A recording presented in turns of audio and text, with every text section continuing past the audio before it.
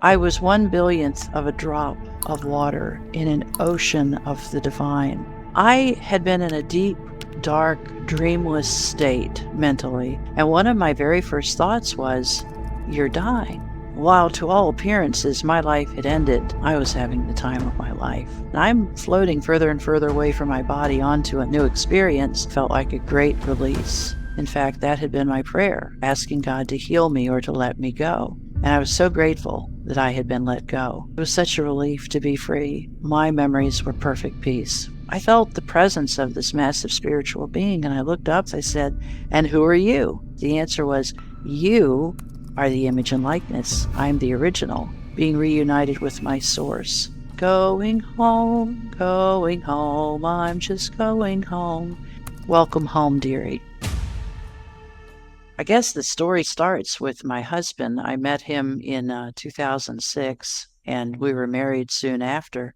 He's a very interesting man. Even in my wedding vows, I said that I thank God for bringing this man into my life. I really thought he was the love of my life. I thought I'd found that thing for which I had searched for so long. And then about 10 years into the marriage, one day he came home for lunch and ended his life at our home.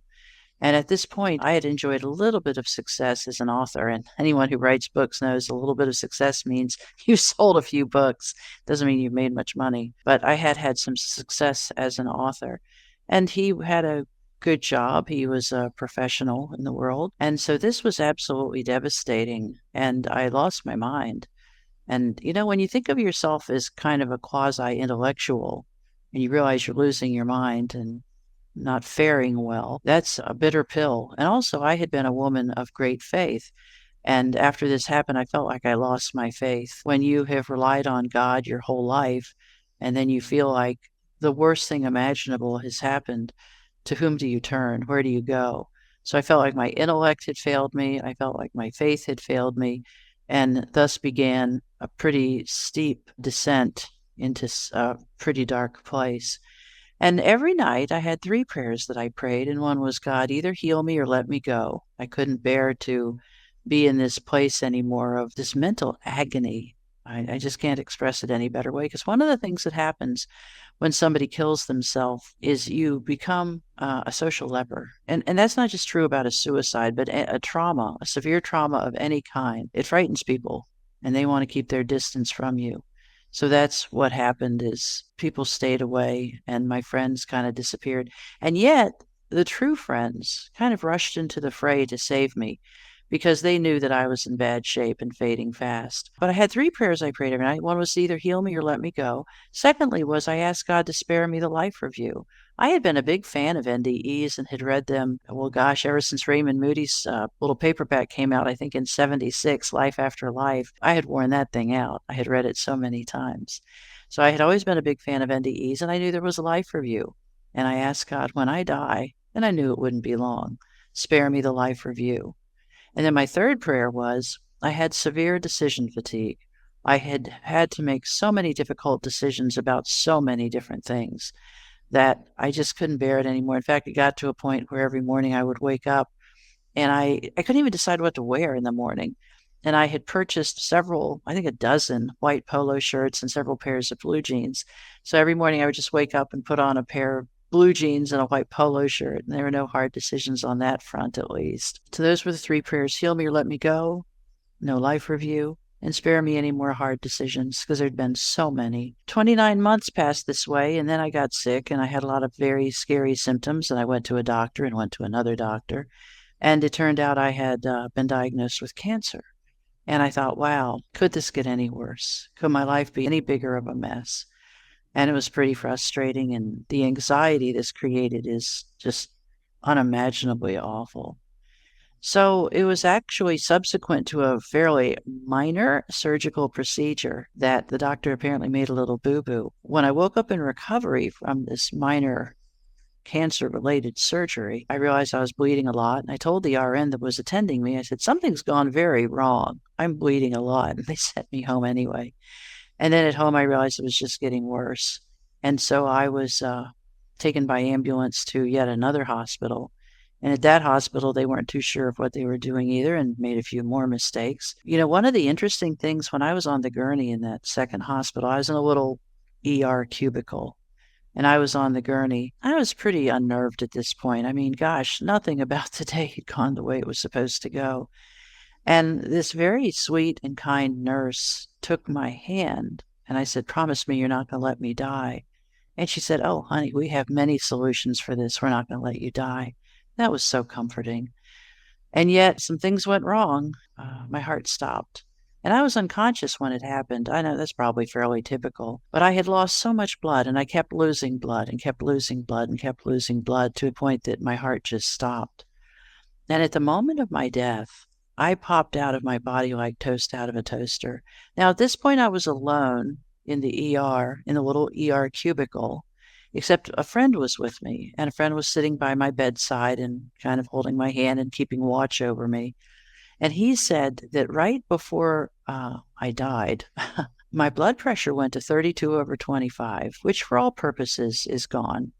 And that I tried to sit up on the gurney. He said my eyes had been shut and I had been resting apparently what seems to be peacefully. And I sat up on the gurney. I tried to sit up, I couldn't quite make it, raised my hands way up high above me and talked to somebody that only I could see. And then I flopped back down on the gurney, and apparently that's when my heart stopped. One of the takeaways from this that I share with people, because I talk to lots of folks, is that I am sure that that's when my soul left the body. I think one of God's mercies is that our soul departs in some cases, probably, I don't even know how many cases, before the body actually stops, before the body would actually be declared gone. And I do think that's one of God's great mercies. While to all appearances my life had ended, I was having the time of my life. I was having a great time. I had been in a deep, dark, dreamless state mentally as a result of some things they had given me to calm me in that ER. But when I awakened with a mental acuity and awareness and alertness that superseded anything I had known in the human condition.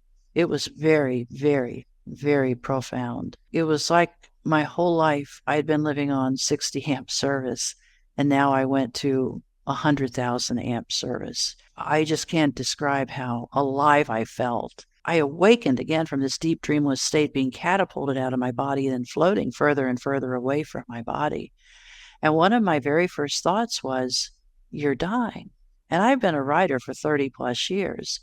And just in that split second, I think, actually, you're not dying, you're dead. And it cracked me up because I thought, here I am going to my reward, and my number one priority is correcting my grammar.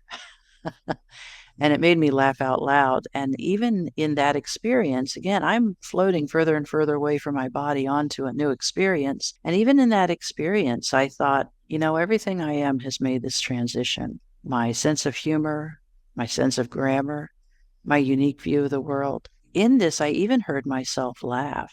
I heard my funny little giggle. And that was so affirming that I didn't have breath sounds. I'm pretty sure I didn't have lungs or vocal cords or the traditional accoutrements by which we produce and hear sound.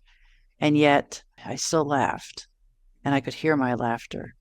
And I just thought that was so great. And I remember thinking, what exactly did I leave behind on that gurney? And I thought worries and woes and anxiety and upset and sadness and regret and guilt. Because after my husband's suicide, I had lost my mind and I blamed myself. I blamed myself a lot for what had happened. And that's very common when you lose somebody to suicide, is the self-blame, the self-regret, ruminating over every single conversation and thinking, maybe if I'd been a better wife, maybe if I'd been a better partner, maybe if I'd been softer spoken, maybe if I had, coulda, woulda, shoulda to the moon. Just endlessly questioning every single conversation. So this thing of dying felt like a great release. In fact, that had been my prayer, asking God to heal me or to let me go.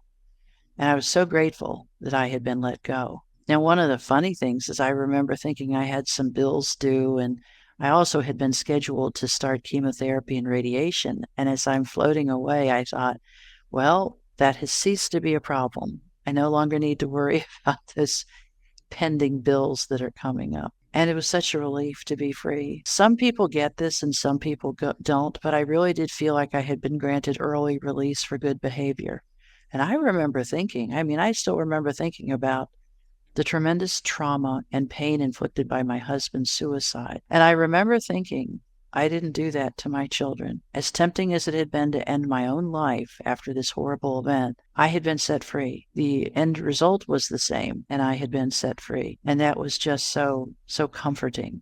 And the intensity of the human memories was a surprise. And I did not have a life review.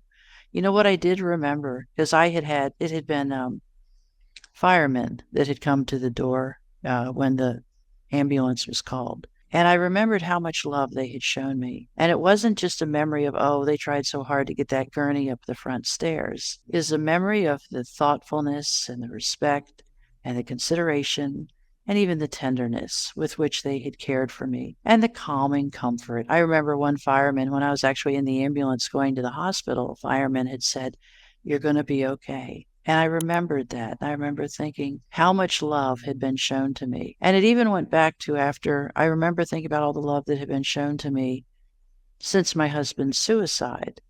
So I didn't have a life review, but I sure did remember all those details and how much love had been showered on me. I don't know. That was just such a present thought in that experience. You wouldn't think as you're floating away from your body, actively dying, that you're going to spend that much time thinking about the memories of your earthly experience, but I did. And yet at the same time, I was also taking in this new experience. As I said, the realization that I had transitioned with my sense of humor, with my funny little giggle, with my unique voice. My whole life, I started life in radio, and my whole life people have said, "Oh, you have a nice voice." When I spoke out loud in this heavenly experience, I sound just like I sound now. And that was also calming. So this experience went on and on. We tend to like to think, humanly speaking, in chronology, that this happened and then this thing happened and then this thing happened. But, Einstein said to those of us who are committed physicists, the past, present, and future are only illusion, however persistent. So while my mind remembers it as happening, first this, then that, I can't say really that it was in that particular chronological order, but it feels like it was. And what is time? Time is how many times the Earth moves around the sun. What happens to time when you leave this experience? But anyway, that's a little esoteric. One of the things that happened very early on was I remember being joined by a massive spiritual being, and I mean massive. And I remember looking to my left and looking up to see who this was that had joined me. And I was still in this perfect blackness. As I was floating away from my body, it was a perfect blackness. It wasn't that I could look back and see my body. It was all just this comforting, ensconcing, velvety, soft blackness that seemed to exude the most perfect peace imaginable. A lot of people talk about when they die, they experience perfect love. I would say my memories were perfect peace, which was interesting because that's something that kind of had eluded me throughout my life, having been somebody too prone to anxiety. I saw this massive, or felt the presence of this massive spiritual being, and I looked up and I said, with great joy in my voice, I said, "And who are you?" And the answer was immediate. The answer, before I could even finish articulating the words, the answer was, "You are the image and likeness. I'm the original." I thought, wow, that's First Genesis 25 and 26, that we're made in the image and likeness of God. And that was just so cool. I had always wondered, what does it really mean to be made in the image and likeness of God? And I thought, that's what it means. There's an original. And I've thought of that so many times, that there is an original. I don't think a day passes that I don't think about what it means to be the image and likeness of an original. And something else that happened was I remember feeling like, if such things can be reduced to feelings, I remember feeling like I was 1/billionth of a drop of water in an ocean of the divine, being reunited with my source. And that felt so calming and comforting. There's an old song that I just love, and by old, I think it's from the 20s. It was actually featured in the movie The Snake Pit with Olivia de Havilland. But it's a song about heaven, but it's going home, I'm just going home. And that's what it felt like. It felt like this was the most natural thing to just be going home.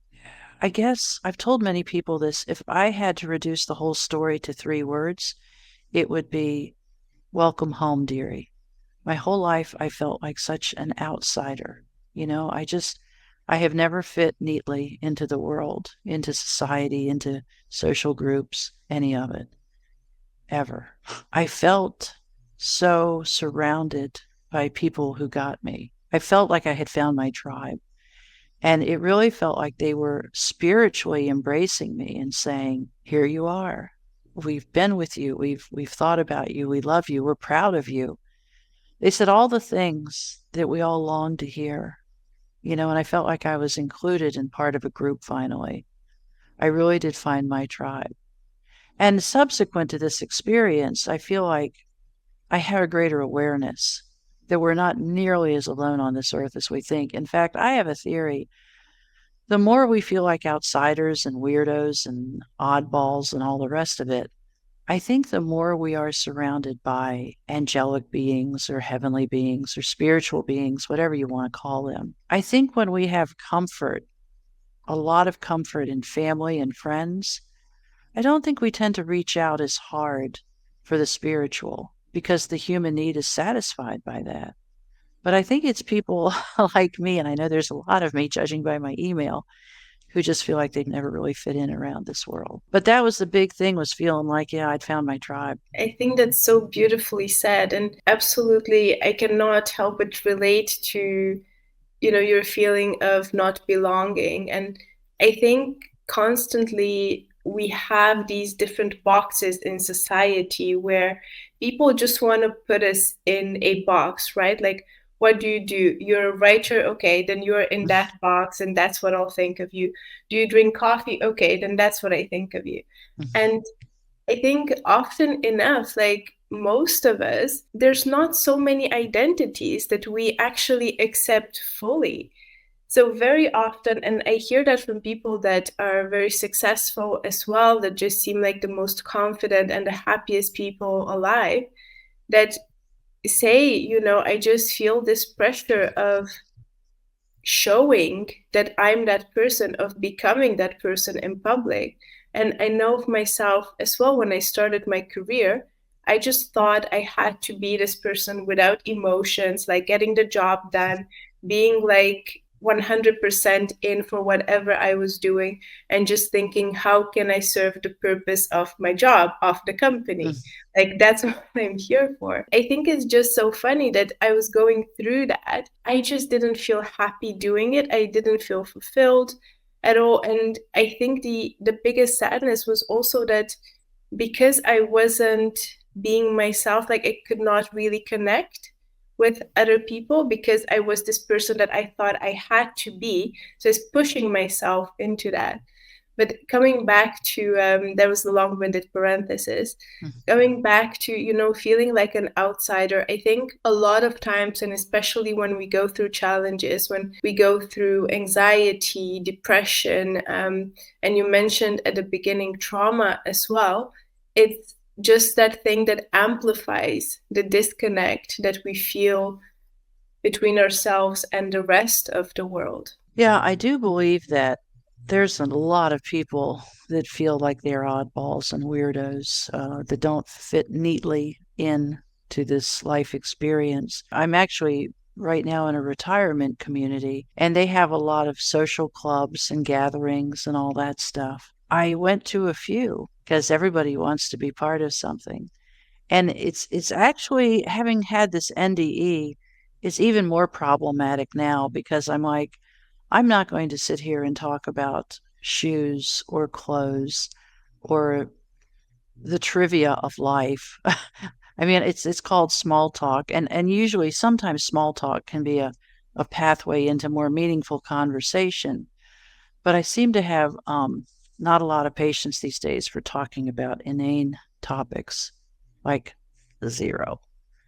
I mean, I want to talk about, well, I made a new friend in this community in which I live, and she and I sit around and talk about spiritual things, about angels, angelic encounters, what it's like to have an NDE. So, yeah, honestly, having had the NDE, I don't know that it made it easier to fit in. If anything, it made it harder. And while I might be too inclined at times to talk about it, I've learned to be quiet. In fact, I'm doing this podcast today, yours, and then I'm doing a second one later in the day.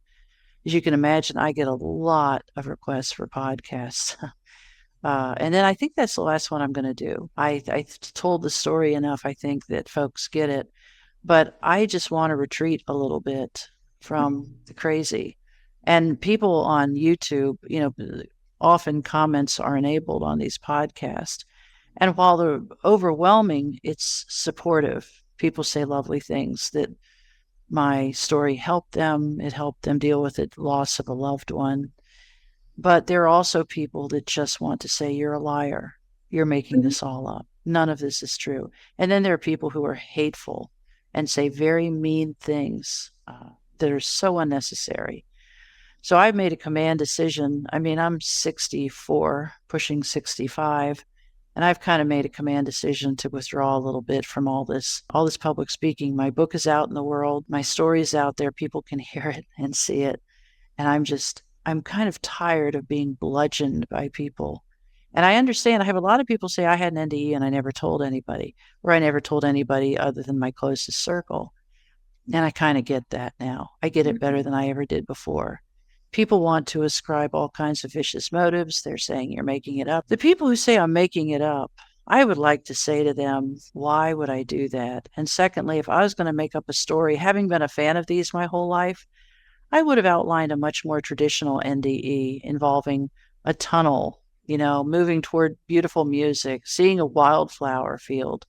I would have used more of the stories with which everyone's familiar rather than all the things that I experienced. Yeah, I mean, I made a decision that your podcast, and then there's another one this afternoon, and then I'm done. I just can't take the hateful comments. I just can't. You hear stories about these authors that write a book that is a blessing for the world, and then they disappear. I get that more than ever now. In fact, yeah, I just get it more than ever. When I was growing up, I lived in a pretty big neighborhood. And there was this one lady who lived in a house, and it was the fanciest house in the neighborhood. And everyone knew she was a widow lady. But the grass was always overgrown. The house was in poor condition. The newspapers would sit in her driveway for days. And she was a hermit. She was a reclusive person. And, we would, being stupid kids, we'd say, oh, old lady, whatever. But I get that now. I'll bet you, and every neighborhood has one of those houses. I'll bet you that's somebody who endured unspeakable trauma and was alone in the world. And the world just turns its back on people who've been through terrible trauma, and fortunately in my case, I had a lot of friends that helped me get through it. But yeah, I've actually been thinking about changing my name and disappearing. But yeah, so it's very unpopular, even with this world, to come back and say you saw God or you experienced God. I didn't see God, but I experienced something beautiful and heavenly and had this wonderful healing. It's just people don't like that. Society doesn't like that. And then you're in this weird in-between place that I guess you'd say my experience was Christian related with my Christian background. And then, you got the Christians saying, well, that's not of God. You were handled by the devil. And then you have the non-Christians saying, well, your story would be interesting if you leave the Christian stuff out. And I'm like, you know what? I'm not doing this to fit a narrative. I'm not doing this to please people. I'm trying to speak the truth. And yet people don't like it. I don't know. I don't know what the answer is. I've been thinking about it a lot. I've got a handful of horrible reviews at Amazon. And I mean, probably 10% of them. And I think they never even read the book. And what happened was they got to the part where I use a feminine pronoun for God. And that's the number one complaint at Amazon, the critical reviews, is I used a feminine pronoun for God, so I'm of the devil. It doesn't make any sense. Yes, So, yeah, I yes. got the Christians saying I'm a nut, and I've got the non Christians saying your story's just full of crap. And I'm like, I understand better than ever why when somebody has a profound experience, they just keep it to themselves, which is sad because I thought the point of my coming back and I thought the point of my story was to help other people, to be a blessing, to help lift people up, to make them feel better about their own lives, to help them see that we're not alone in this world. We really are surrounded by too many angels to count. And that's supposed to be a comfort and a solace. And what I wanted to jump in and say is I didn't know you were going to stop doing podcasts and giving interviews, but it makes me so much more grateful to have had the opportunity to speak with you. But also from my experience, I wanted to say, our podcast is quite a young one. We've only just launched a few weeks back. And what I mostly feel whenever there's a comment saying like, oh, do you have hospital records that this happened, or can you prove it? There's this like pit inside of me when I see that, because it's not somebody judging me, but it's me reaching out to somebody and providing them with a place and asking them to be vulnerable and to share like their deepest traumas and this extraordinary experience that I try to treat as respectfully as I can. And then we put it onto this public place, and somebody just goes like, oh no, this couldn't have happened, like I know what it's about and your story is not true. The pain that I feel, I mean, I'm not a mother, I don't have any children, but it just feels like almost unbearable at times, that even though we're at the beginning, I think, why am I asking people to be vulnerable when I know that there's other people out there that just look for anything that they can critique? The way I've been able to explain it to myself is, I think even those people, and despite their spiteful language, despite their comments, they want, I think, to find something to connect. They want to find that hope, and they want to find something that helps them to move forward. But there's just something in them that wouldn't let them. So I try to think of the best energy I can and the most compassion that I can to those people, because I think if you're so hurt that you're on YouTube or on Amazon, as you said, and you're leaving, these hateful comments, and I'm all a big fan of criticism and everything that can be improved. But I think just hateful comments, you must be so hurt if you're in a place that it brings you joy to even do that. So I can absolutely understand where you're coming from. And I always think you have to put yourself first and your peace, what helps you be at peace and find joy in every day. That's the most important thing. It is. And when I started this, I was very eager to share this story. It's had quite a run. Based on my best estimates on different podcasts I've done, about 16 million people have heard this, and most of them have responded favorably. But that's enough. There's a book out there, there's a bunch of podcasts. Google my name. You're going to find all the podcasts you want to find.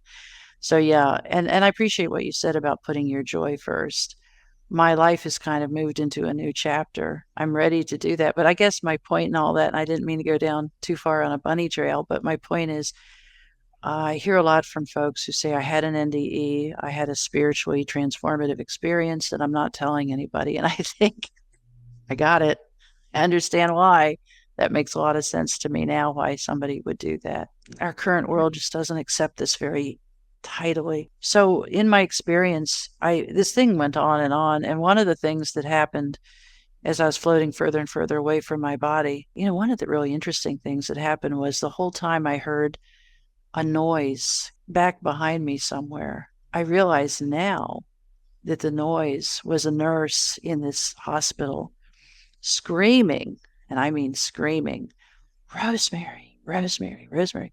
And to me, my brain interpreted it as almost the annoying buzzing of an alarm clock when all you want to do is sleep a little more. So I think that's pretty interesting that here I've been dead for maybe a few minutes and I've already shed the persona of the person known as Rosemary to the point that hearing that name has no effect on me. And I read recently, I hope it's true, that when paramedics are called to a scene to resuscitate somebody whose heart has stopped or whatever, that there's a growing awareness that yelling their name is not as helpful as it is to say something like, your children need you, or your dog needs you, or something, because that removes it from the mask of personality. And the word personality comes from the Latin word for mask, which is pretty interesting. So at the time of our death, we shed that mask instantly and it's gone. So in my own experience, one of the things that happened was, as I was floating away, still in this blackness, I said to one of the spiritual beings that was accompanying me, I've been here before, like in conscious memory. I've been here before. And the spiritual being said, do you remember when your mom said as an infant, newborn infant, you were given up for dead? And yet you survived and, we're back to life. The angel said, that wasn't a close call. You actually crossed over then and you were sent back, which helped me understand a lot about my life. And I remember thinking that would have been good to know back then in that earthly realm. Not so helpful now. The other thing that happened was I remembered so many Bible verses, and one of them was Paul talks about the peace that passeth all understanding. And I remember thinking, this is that peace. No words can define or describe this peace to anybody unless you've experienced it. And I thought, how cool is that so many memories, even memories of Bible verses, are still with me. So much awareness. It was just a lot of awareness. And then at some point, I was no longer floating in this blackness, but I was standing on my own 2 feet in a white room. And I still have no idea how I transitioned from floating away in blackness to being on my own feet in a white room. But I saw a door up ahead in this white room. And I remember thinking, I've read enough NDEs. I know exactly what that door is. That's a boundary that will take me out of here, that will end all of this. I'll be done with Earth. And I remember thinking, I just remember the memories of knowing exactly what that door meant from all my years of reading, which was pretty cool. And in this room, it was foggy. There was a mist falling everywhere. And yet it wasn't just a mist. It was actively almost dancing around me. This fog is the only way I can describe it, a vapor. And I asked the angel that was with me, or again, a spiritual being, I said, what is this mist? And I remember thinking I ought to be able to focus on an individual droplet of that mist, which next time you're in a fog, think about focusing on a droplet. But the angel said to me, this isn't a mist. These are particles of light. And think of it as a spiritual car wash. You're being washed free of the muck of the earth, which is required before you go on to heaven. And the muck of the earth is people's opinions of me, perhaps a disease process that I thought was part of my inherent nature, or even a mental illness or trauma. But that's what it was likened to, is a spiritual car wash. Because the Bible says God is light, and in him is no darkness at all. So if we're made in God's image and likeness, and God is light, then we're made of light. And sometimes we get pretty mucked up on earth. I was trying to move to that door. I was kind of racing toward that door. And as I got to the door, I noticed it was shut, which ticked me off a little bit. I thought it should be open. And as I got to the door, I put my right hand up to push through it, which I thought was pretty interesting. Right-handed on earth, right-handed in heaven. So much of who we are goes with us.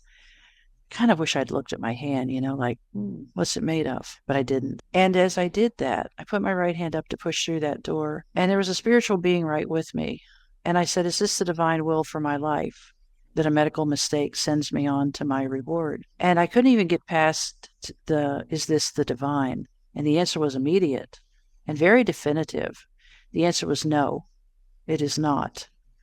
But whatever you decide, if you decide to go back, or you decide to go forward, you go with all of God's blessings and grace and mercy and love and care. There isn't a wrong decision. And that meant the world to me, because that was kind of the answer to my second prayer. No more hard decisions. I thought, okay, I'll take that deal. If either way, I'm okay. I'll take the deal. I want to go. And then as I was getting ready to push through the door, I saw a vision of that nurse that had shown me such kindness and promised she wasn't going to let me die. And in the vision, she was sitting in a hospital supply room by herself, surrounded by all the things one would find in a hospital supply room, linens and such. And she was sitting on a little metal stool, leaning forward, head in her hands, and sobbing uncontrollably. And in this vision, and just call it a vision is a misstatement, it was like a 3D vision. I was immersed in this. I was immersed in another moment, another time, watching this nurse cry.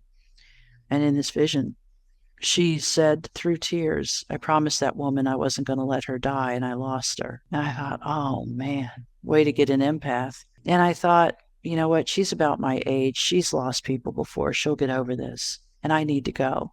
I can't imagine going back to Earth after experiencing this. I decided she'd get over it. And then I didn't just see her having this experience, but I felt her agony, her deep emotional pain over having promised a patient and then losing them. And I recognized it as the same agony and pain I felt after my husband's suicide. I mean, a lot of grief, a lot of regret, a lot of despair. And I thought, if I can spare somebody that, I got to go back. And in a millisecond, I was back in my body. I mean, there was no whoosh, there was no sound. I was just back in my body. And the medical staff was all gathered in my room. I'd gone from having nobody in the room except my friend to a room filled with medical staff. And the first thing they did was a nurse. I don't know if it's the same nurse or not, but a nurse was right in my face. And she said, "What is your name?" And I said, "Rosemary." And she said, "What year is it?" And I said, 2018. And she said, "Where are you?" And I said, well, kind of a crummy excuse for an ER. But I had been gone more than 10 minutes. And the belief is after that period of time, there's brain damage for lack of oxygen to the brain. Because the interesting thing about bleeding to death is they can't do CPR because every time they compress the chest, you lose more blood. So it had been more than 10 minutes that my brain had had no oxygen supply, no blood. So I'm sure they were questioning, what point do we stop this? What point do we stop trying to resuscitate her? So I was taken by ambulance to another hospital, and I was there for a few days, and they did affirm that my heart had stopped and that I'd been resuscitated. But a lot of other things happened too. While I was in that hospital, there were times that my friends would leave the room, because when you're in a hospital in a compromised mental state, and I was kind of confused about stuff, it's good to have somebody with you to make sure you don't get wheeled away for a liver transplant or something. So my friends were with me, but sometimes my friends would leave to go, get a bite or something. And that's when the angels would appear at the bedside and sing to me. And that was so profound. Literal, physical beings, or physical to my eyes, would surround the bed and sing me songs praising God. And I would cry because it was so beautiful. And I told them, I said, listen, I'm really good with houses. I have a background in architecture. I said, I'm really good with houses, but melody and lyrics, I'm not sure I'm going to be able to remember this. And they told me very directly, they said, this is not for you to remember. This is for your healing. This is for your peace. This is for your joy. And this is a thank you for agreeing to come back, because we know that life on earth is hard. So this is our saying thank you. And that was a life-changing experience, to say the least. And after a few days, I was discharged from the hospital, and I went back to my oncologist, and I said, good news, I was healed in heaven. Because one of the things, as I walked through that white room trying to get to that door, I was told, and I don't even know exactly how, it's more like it was communicated, that if I agreed to go back, I'd be restored to wholeness. And it wasn't you'll be healed of this or you'll be healed of that, but just that I'd be restored to wholeness. So I went to my oncologist after I was out of the hospital, the one who'd done that surgery that messed me up. And I told him, good news, I'm healed in heaven. We don't need to do the chemo or the radiation. And that didn't go well. And ultimately, I had to find another oncologist. And the second oncologist, it took a lot of time and another surgery. But she affirmed that the cancer was 100% gone. And what she said was, had there not been the original test and test results and other things that had been done, she said, I wouldn't believe you ever had cancer. So it was a pretty dramatic healing. But the bigger healing, and this is not hyperbole, the bigger healing was the healing of my soul. I was able to let go of all that grief and regret and despair and sadness and self-recrimination. And that was huge, absolutely huge. That's an amazing story. And it's also something that I wanted to get a bit deeper into, the grief, the trauma, because I think often enough, we see somebody after they've gone through what they've gone through, and we say, okay, so there is a way forward. But if you would like to talk about it, I'd like to know a bit more about how that grief affected you and the trauma. How did you feel? How did you find a way to move forward from that? I had the great blessing of friends who, I lost so many friends after his suicide, but new friends stepped forward. And pretty much, I was kind of drowning in a black sea of despair and grief, kind of the icy cold waters of aloneness. I've often said that trauma survivors are 21st century lepers. No one wants to be near us, and no one wants to be anywhere near us. So it was my strong friends. And interestingly, it was my strong friends who had been through trauma, and they weren't afraid of me. People who haven't been through trauma, we frighten them a lot. But people who get through trauma and get to the other side of it, they can help others. I've seen that so clearly, so often. But it was really love and light. My faith started to come back bit by bit. And I started talking to the angels and talking to God. But I would just say in the middle of the day when I felt I was sinking beneath the waves, I would say, I can't do this. I'm failing. I'm collapsing. Come save me. And angels would appear. And sometimes they were spiritual angels who would just say a little message or point me to a specific Bible verse. And sometimes they were human angels. I'd get a phone call and say, hey, I was just thinking about you, and I thought it'd be a good idea to call you and see if you're doing okay. So that was part of it. And the other part was sometimes I would just say things, and even if I didn't believe them, I would tell myself, okay, that is a spiritual truth, and that's going to sink in somewhere, even if you don't believe it. And sometimes it'd be stuff like, God is love and God loves me. And I would just say that over and over and over again, even though I didn't believe it for a time. And the other thing I would say is so many of them. Many are the afflictions of the righteous, but the Lord helps us. Many are the afflictions of the righteous, but the Lord helps us overcome them all. And even that thing about, even before my NDE, I would often say that I was made in the image and likeness of God and that I'm going to be okay, because that's a good likeness to have. I guess it was just saying words. If you look at the Bible and the power of the word, the logos, it's huge. And as a writer, I had a special appreciation for words. Words are powerful. Mark Twain said the difference between the right word and the almost right word is the difference between a lightning bug and lightning. That's a great quote. I guess I would just say things, even if I didn't believe them to be true. I would say, I am surrounded by love, and somehow I'm going to get through this. My heart will heal. And the other thing I said a lot, a friend shared this with me, a friend who'd been through her own severe trauma. I would say, God, help me heal so I can help others heal. And if people want to know why I wrote the book, that's it. I had that written. I wrote that down and put it all over my house. Help me heal so I can help other people heal. And that really is the number one reason that I spent 3 years writing that book. It wasn't for the grandiosity, of which there's not been a lot, and not for the money, which there hasn't been much of that. And that's okay. That wasn't a motivator. I just wanted to help people. I wanted this experience to do some good for somebody. A lot of people say, oh, what's your purpose in coming back? I don't know. I wish I did, but I don't. Not sure. Maybe it's just to be kind to the cashier at the local grocery store. Maybe it's just to leave a little extra tip for the waitress. Mother Teresa said, maybe we can't do great big things, but we can do little things with great love. And even at the darkest of my times, I would try very hard to be kind to others, just to be a shining light of a little bit of kindness on this earth.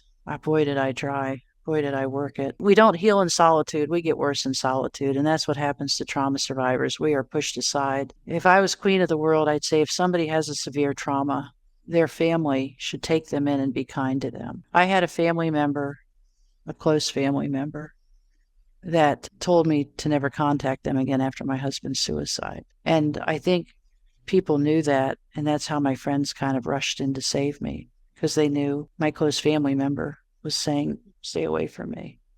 And that's not uncommon. Suicide scares people a lot. And yet, and this is my little thing here, people like me who survive a suicide are 12 to 48 times more likely to take their own life. And yet, all this talk about suicide prevention is unmitigated BS, because we're not focusing on a known risk group, the survivors of suicide.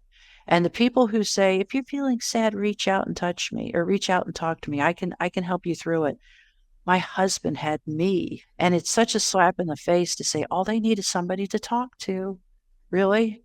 Because I was there for my husband the best I could be, as so many people like me have been.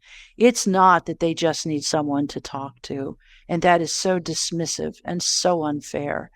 So if we really want to have a serious conversation about saving suicide survivors, as we are known, somebody saw somebody suicide, we should be the focus to start. We are the inner ring of the people most likely to take our own lives, and yet we are ignored. We are tossed aside as hopeless. It's really frustrating to me, because I'm in a group on social media of suicide survivors, and in that group it's about 1,200 people now, 4 women have already taken their own lives. So it's a thing. If you want to figure out who's likely to kill themselves, look at somebody who's lost a close loved one to suicide, and there's your risk group. And that is the opposite in the United States. That is the opposite of what they're doing. And in my case, and in so many other cases, and I understand this isn't the case in other countries, but in the United States, when a person dies by suicide, the number one suspect is the spouse or the romantic partner. And as is so typical, I got questioned by the cops. Yeah.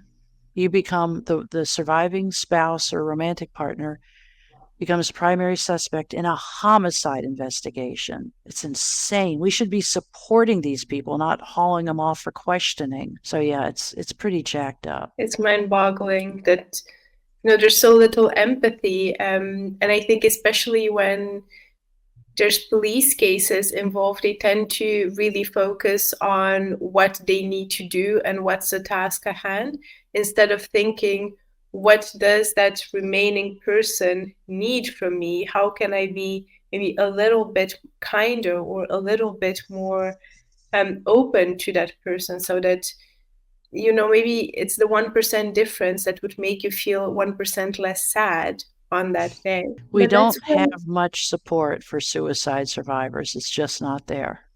And that's a shame. But tell me, because we've gotten into this, and I think perhaps at a legislative level, or we don't have that much of an opportunity to change things. But if any of us in the audience know somebody that is a suicide survivor, what can we at an individual level do to help that person? Well, in my opinion, very practical things in, 5 words: show up and shut up. People tend to want to share their own stories, and I guess that's human nature. Well, let me tell you what happened. I mean, my cousin's uncle's barber's father killed himself, and I haven't been the same since. Do not make comparisons. Somebody who's lost a spouse or a child, unless you've lost a spouse or a child to suicide, be quiet, because you have nothing to add and nothing to say that's going to help. Secondly, show up and shut up is actually really good advice. Just be there. I wanted just somebody to touch me, to hug me, to hold my hand. I had a neighbor at the time that was very dear to me. I'd ask her to come to the house just so I could sit by her and hold her hand. Just a human touch. And she was very wise, and she wouldn't say a word. She would just sit there and literally hold on to me. The other thing is practical things, take him a casserole, take him some food. That's huge, because I lost the ability to eat after his death. And I lost about 35 pounds in a very short time. I just couldn't swallow, couldn't eat. I ended up on some drugs so I could just start even drinking fluids again. So it messes a person up. So I don't know. I'm not sure. It's mainly show up and shut up. Do not offer your own story of suicide unless it's a spouse or a child. I don't have any doubt that you were very close to your cousin, but it's not going to be received well. I've just heard them all. Oh yeah, I understand my uncle killed himself 40 years ago and it's really messed us all up. I'm like, that is not helpful. And unless you're a trained therapist, you don't know what to say unless you've been through the experience and survived it. And the other thing I learned, and this was really good advice, live your life in 5-minute increments. Don't say, what am I going to do tomorrow? Don't say, I can't bear this pain today. Say, I think I can get through the next 5 minutes. And that's what I did. I lived my life in 15-minute increments. A fellow suicide widow gave me that advice. And I thought it was very sound. And I can see it being, good advice for people going through depression, struggling with almost anything. You don't have to make it to next year. You don't have to make it to next quarter or next week. Just make it to the next 15 minutes or 5 minutes if that's too much. Just find a time slot that you think is manageable and then do that. And then once that's done, do it again. That's really good advice. And show up and shut up, also really, really big one. I think especially in my friends group, we do have some traumas. And what I've also noticed through just different conversations that I've had is that the one thing that moves the needle for people is just listening and being there and mostly shutting up. It's not giving profound advice. It's not saying like, oh, I know because this one time I've been in that situation. But it's literally holding the space for their emotions and their ability to just be at the time. So great advice. Also wanted to circle back, as you've mentioned it a few times. Trauma survivors are seen as lepers a little bit, or people tend to be scared of them, tend to not want to get close. And why do you think that is? We scare people. Nobody knows what to do with us. When I was at my husband's funeral, and you have the closed casket where the people wander by and say stuff. More than one person, you could see first the body language. They would have their spouse with them and they would squeeze them a little extra tighter as they walk by the closed casket. And they're thinking, thank God it's her and not me. And then the other thing people would say is, I don't know what I'd do if anything happened to my Bobby. I'd just lay down and die. And I'm thinking, oh, so I didn't love my husband as much as you love yours, because if I did, I'd be dead. And that's not an option. Laying down dying isn't an option. Well, I guess is kind of, but makes more trouble. We scare people. Nobody wants to be us. Nobody wants this thing to happen to them. I've met this one woman. She actually helped me with a home improvement project, but her son had committed suicide. And she sat down on the couch and we talked and talked and talked. And she said, everyone says, you're so strong. I'm so impressed with you. You're so strong. And she said, what are you going to do? What are your options? Just to curl up in bed and say, I'm never getting out of bed again? Most people can't even afford to do that. So I hated being told I was strong. And it was funny. She said she hates it too. We're not strong. We're doing the stuff we have to do to survive. We're doing the stuff we have to do to get through another day. So it does scare people, because I really think in the end, I think it takes a determination, a dedication to spiritual growth to get past the pain. And in my case, people think the NDE was just this boom, big explosion of radiating love that cured me instantly. It did. It certainly healed the cancer and took away so much of the grief and the pain. But after the experience, there were so many times when I thought, I'm still sad. And then I would think, it's okay to be sad. Don't become lost in the quicksand of sadness. Try to keep walking, get through it, get past it. And there's another phenomenon pretty interesting about NDEs. Depression following an NDE is not uncommon. It's because you come back from this thing and you realize you fit you don't fit in this world very well, and you kind of have to alter yourself and adjust back into this life on earth. It wasn't just that I came back from this thing and boom, everything was perfect. I still had, and every day I tried to do spiritual work to tune into the angels, to unself myself, to let go of the ego. Somebody said ego stands for edging God out. I just love that. But it is daily work to let go of the pain of the past. I read years ago, the ego loves a sad story, and society kind of does too.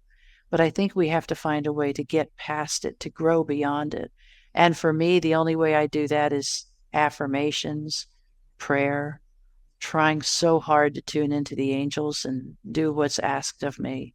So, but your question, why are trauma survivors considered lepers? We just scare people. We scare people out of their wits. They just don't want to be us. I think there's probably also a part of not knowing how to be there for people or not knowing how to deal with them. And That's a then very good point. yeah, if something is just unknown or terrifying to us, then yeah, we just rather retreat and say, well, somebody else who knows better than I do will just maybe take care of her. Yeah, one of the comments left on YouTube, what was it? They said she probably doesn't really understand what depression is like. And I was like, people, as you say, people must be pretty messed up in the head to even leave such a negative comment. A friend of mine just told me a couple days ago, and I love this.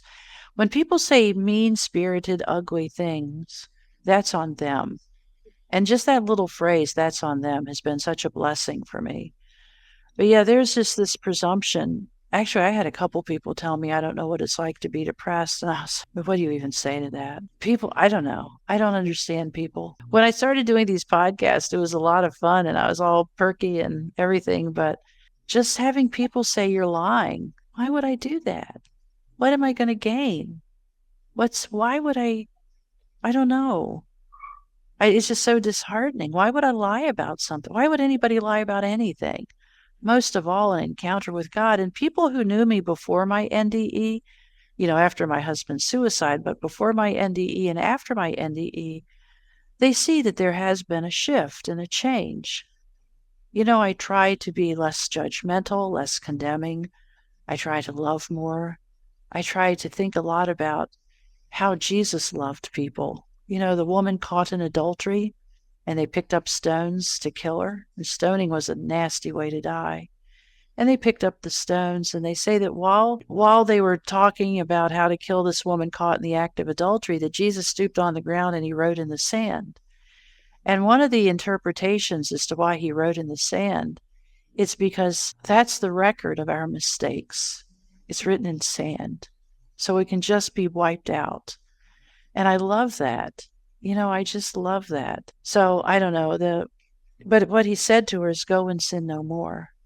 Where are thine accusers? Actually, what he said is, woman, where are thine accusers? Go and sin no more. And I think that's what we're supposed to do every day, is try to be better, try to love, try to not be the accusers, not be the Sanhedrin picking up the rocks, but to just be the people who says, try to do better today. And if you don't, it's okay, but try. I find such solace in those stories, but yeah, I try really, really hard to be a better person every day, because the alternative is to be dragged back down into the mire of sadness. It's still a fact that I live without my husband. It's still a fact that my husband ended his life. It's still a fact that when I hear a gunshot, I freak out a little bit. It's still a fact when I can't reach somebody I love, I'm panicked that they have done something to themselves. Those are still facts. I can't let those be the defining facts. I have to replace them with new facts, which are, I have glimpsed heaven.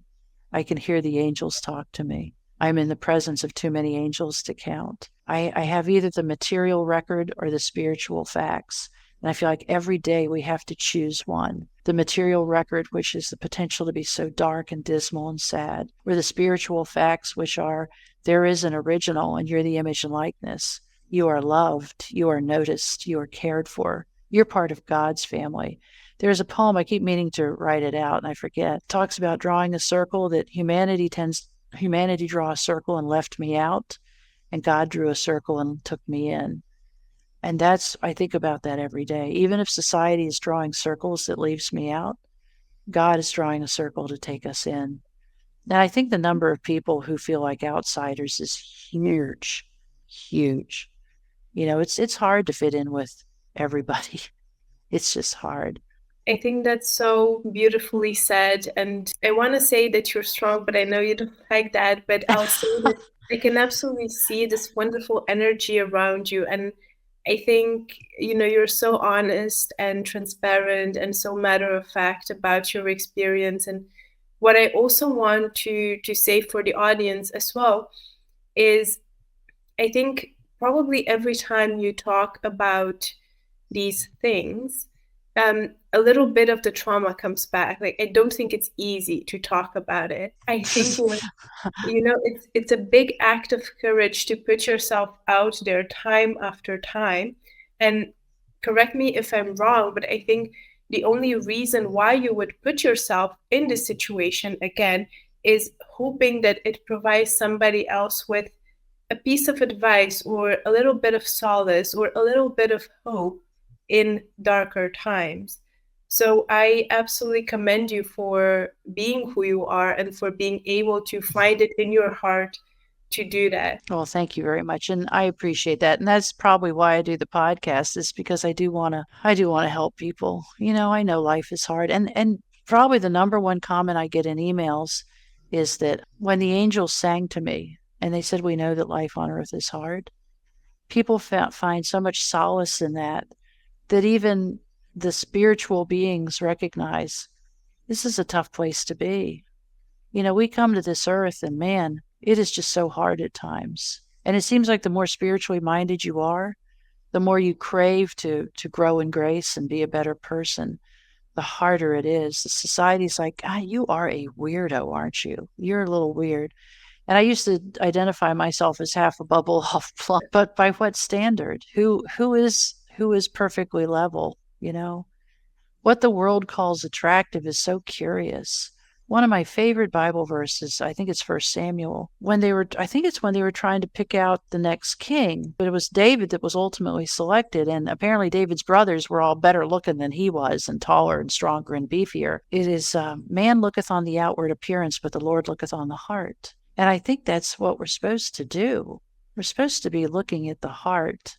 An interesting aside, I went to a fancy religious event in a fancy downtown. All these folks, it was a Sunday, all these folks dressed in their fancy clothes. And me too. I had on my nice clothes because I was going it's actually a church. Well, in front of the church, just maybe 100 feet away, there was a woman about my age, and she had a sign up, and it said something like, "It's going to be cold tonight. I need another $10 for a hotel room," or something. She's homeless. Looked pretty rough. I walked right past her like everybody else did, and I couldn't stand it. I had to go back and talk to her. And I said, "Hey, my name's Rose. What's your name?" And she told me. And it was something like Chris. It was an androgynous name. And I said, "Chris, how'd you end up out here? What's going on?" And she said, "You probably don't understand." I said, "Try me." She said, "My son committed suicide a year ago." And she said, "I've lost my job. I lost my car. I lost my home." She said, my family doesn't know what to do with me. She said, "They tell me I should be over it by now." And she said, "I just can't face another day. I just can't face life." And I told her, I said, "I understand better than you think." And I told her my husband had ended his life. And I said, "You're still in the throes of it at 2 years." I gave her some ideas for resources, and I gave her a tiny bit of money, but we just have to figure out how to help folks like that. If somebody had done a study, I wish they had. I wonder how many homeless people have been through severe trauma, because I bet the number's high. And I know somebody, it's a personal story as well, but when I was young, I would go with my grandma to the park and I would play with other kids there. And there was this other girl with her grandma and grandpa, and often enough, she would come with her grandpa. So my grandma would know him. Everybody, we all knew him. And the fact is, a few years later, his wife passed away. We weren't close family wise, so I wouldn't know why. But we knew afterwards he just couldn't take care of himself. He eventually got homeless. He just couldn't, find a way to move forward. And I think often enough when we look at people that are homeless, we fail to see the trauma that's behind in their past. Yeah. I wish I knew, and maybe somebody has done a study, but I have yet to encounter a homeless person, and I've talked to a few that didn't have a suicide, that just carried them out to sea and they couldn't come back from it. And in my own story, and it's in my book, but I couldn't get comfortable in a home after my husband's suicide. I couldn't get comfortable. I had nightmares so bad, and I was hungry all the time. It was weird. I was hungry but nauseous all the time. I found that I could sleep best in my car. So I took to sleeping in my car. And a friend of mine found out that I was spending a lot of time in the car. And she said, "You're not living out of that car. You're going to come home with me." And I said, "I am not the person that you remember. I'm not the author. I'm not the person who had this wonderful achievements in my past career." I said, "She died. Your friend Rosemary's dead and gone. I am messed up." And she said, "No, you're coming home with me." And what she said was, she said, "God put it on my heart to take you in." And I said, "Not a good plan." But she did. She insisted. And so I lived with her for 4 months, and her name was Tracy. Had it not been for Tracy, I'm sure I would have been dead soon, because it's not far from living out of your car to living on the street, like without a car, because I didn't care. I just wanted to be dead. I hoped somebody would come kill me. I hoped it would end. I just didn't want it to end by my own hand. I wanted to be dead so bad. When I see homeless people, it just slays me, because I know, what if that's another Rosemary that had a life and had a career and had stuff, and then it all got taken away by trauma. And I see these homeless people and I just feel so brokenhearted for them, and I don't know what the answer is. We just have to figure out how to help people who are in trauma. The real reason I wrote the book, one, I did want to help people, but I gave this talk publicly. It was before COVID, and I was out and I was addressing a fairly significant crowd, probably 75 people or so. And I shared this one story. After my husband's suicide, I literally lost the ability to swallow. I just couldn't eat or drink anything. So, about 36 hours of that, and you're pretty messed up. My daughter took me to a urgent care place, and the doctor came in. My daughter was with me. The doctor came in, and he was very jovial, and he says, "So, ladies, what's the problem here?" And my daughter said, "Well, her husband killed himself, and she hasn't been able to eat or drink anything. We need something to help her relax a little bit." The doctor literally reeled back like this and said, "Oh my God, oh my God. The same thing happened to my Aunt Bertha 45 years ago, and she was never right in the head again." And I shared that story at one of my talks, and this woman stood up afterwards and she said, she said, "I'm a medical professional." She was a psychiatric nurse. And she said, "We're kind of learning how to deal with mental illness, but we don't know what to do about trauma." She said, "Here you were, a relatively normal person, get hit with a trauma, and away you go. We don't know how to deal with that." She said, "That's why you need to write your book, is so people will understand that trauma is very different from mental illness." So that was a big part of the reason I wrote the book, was I want people to know how to deal with trauma. Homelessness is awful. Homelessness is just saying, "I give up on life. I can't face life anymore."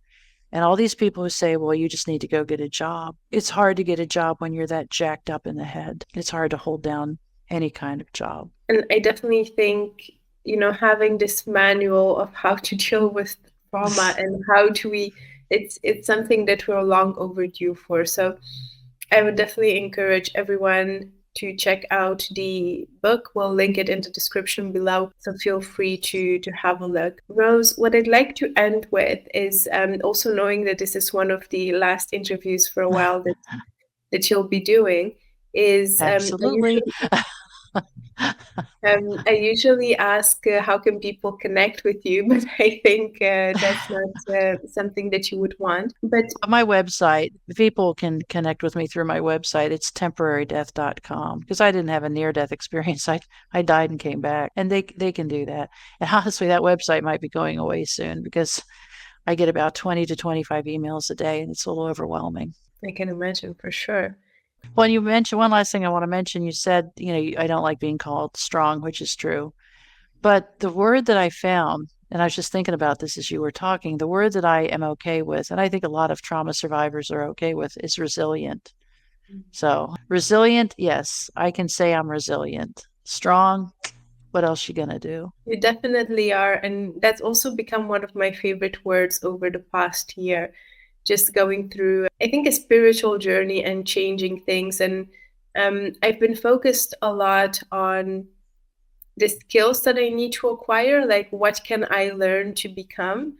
And I've realized the two biggest things for me as a person are discipline and resilience. And those are things Mm. that can be trained. Those are things that you can become. I think things like beautiful or smart, like to me, they don't say very much because it's subjective. It's often enough is not something that you've worked for, but being disciplined, being resilient, I think that definitely shows your character and something you can build towards. I agree.